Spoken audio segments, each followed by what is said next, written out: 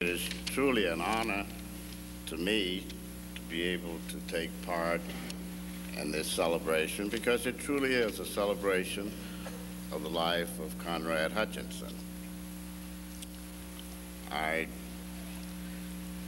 One of the first things that I heard last night when I came was Thelma Williams telling me, "Keep it to 2 minutes."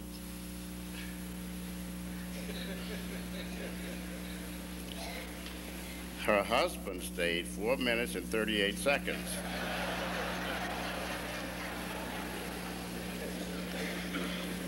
And not only that, he said some of the things I was going to say because I was announcer for the band at one time, and even did the intro that I was going to do.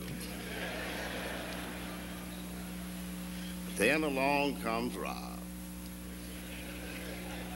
I was going to say,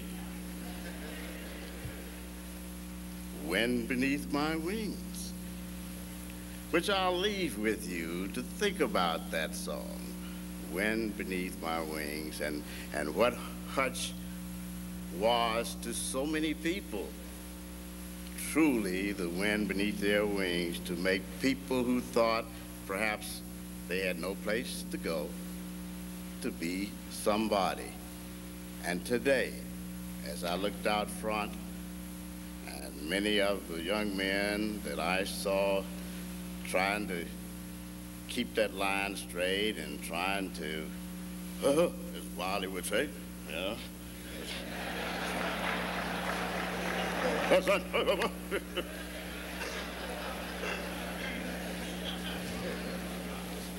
I knew that truly that which led them to their roles as leaders and positions of superiority where they are certainly had to be because the strength that they gained in their wings for having been a part of Hutch's life. Who but Conrad Hutchinson, Jr. would take the instruments of a symphony orchestra and the house of the Lord and make them a part of a marching band? Who but Conrad Hutchinson, Jr. would do it with such success that bands around the world began to emulate him, and manufacturers began to design portable timpanis that people could play by themselves. They wouldn't have to use, as I mentioned to Conrad III, on that ragged cart whose wheels used to come off that we had.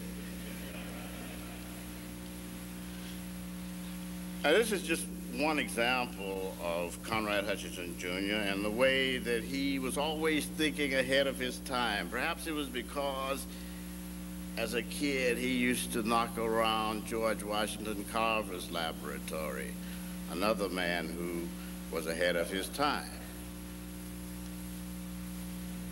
And now naturalists tell us that there's a species of fish in Central Africa who varies in size according to the size of the lake in which they are found. Some species being larger or smaller, depending on the size of their habitat. Men likewise differ in size according to the size of the world of their thought in which they live. Men are larger or smaller in proportion to the size of the habitat of thought. Small thinking means small men.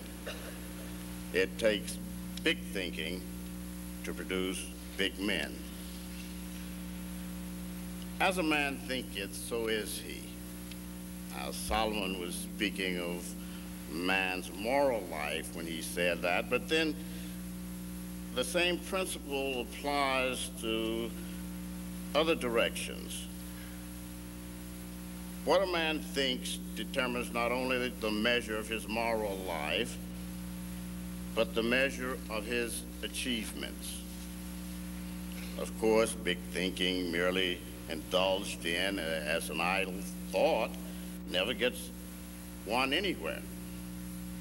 Thought must be followed by action to produce results. Men who achieve big things are big thinkers. If one thinks only in terms of little things, he'll be a little man. To be a big man, one must think big. Conrad Hutchinson, Jr. was a big man. Thank you.